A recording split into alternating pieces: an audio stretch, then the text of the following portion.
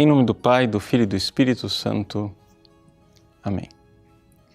Meus queridos irmãos e irmãs, no Evangelho de hoje, Jesus então conclui o seu belíssimo discurso do capítulo 13, que é chamado de discurso das parábolas.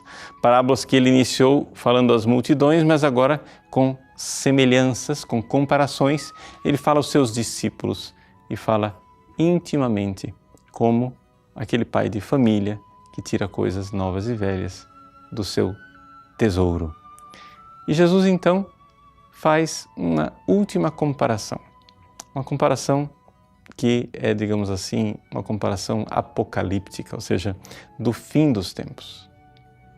É interessante nós notarmos que neste capítulo, que é dividido em duas partes, aquela parte que Jesus falou com as multidões e a parte que Jesus agora fala com os discípulos, nós temos dois ensinamentos a respeito da história geral.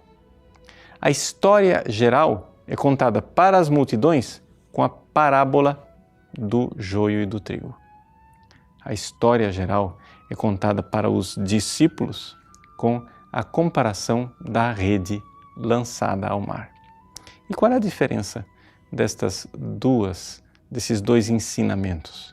Bom, é que a parábola do joio nos diz que dentro da igreja nós temos trigo verdadeiro, cristãos verdadeiros, mas também gente dentro da igreja que no fundo não é cristã. São joio, são outra coisa. Então, a comparação com a rede é diferente. Por quê? Porque nós estamos falando agora do trigo. Estamos fazendo agora uma distinção que dentro daqueles que são verdadeiramente cristãos e que são apanhados pela rede porque tiveram fé, porque compreenderam, porque fazem parte da igreja, mesmo assim, existem os maus católicos.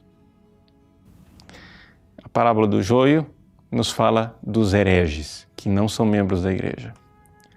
A comparação da rede nos fala dos maus católicos, que são membros da igreja. Mesmo assim, Jesus adverte, nós que somos membros da igreja, que temos fé reta, não temos nada garantido. Temos sim o drama, o risco de sermos condenados ao inferno, também nós. Se é assim, precisamos dar um passo a mais do que a simples fé. Nós precisamos ser bons. E ser bom significa aqui amar. Porque é isto que realmente distingue as pessoas. Ou seja, uma vez que eu tenho fé, sou católico de verdade e recebo a graça de Deus pelo ato da fé, agora eu preciso frutificar em atos de amor.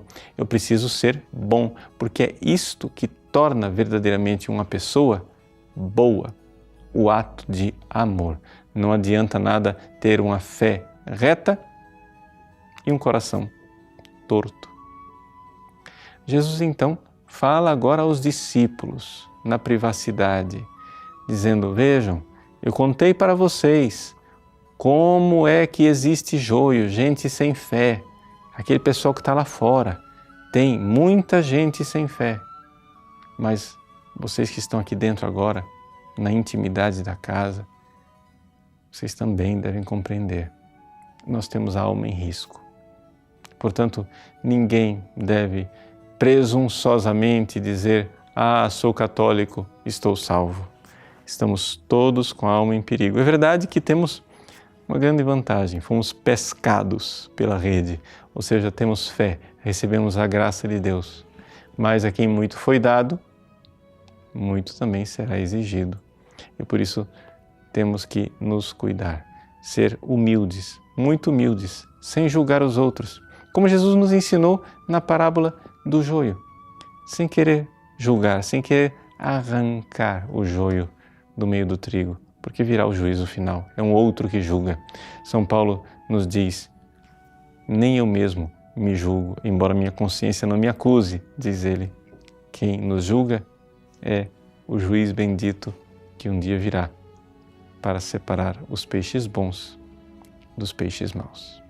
Portanto, confiemo-nos a Ele, Ele quer o nosso amor, força, não desista de amar, seja um bom católico. Deus abençoe você. Em nome do Pai, e do Filho, e do Espírito Santo. Amém.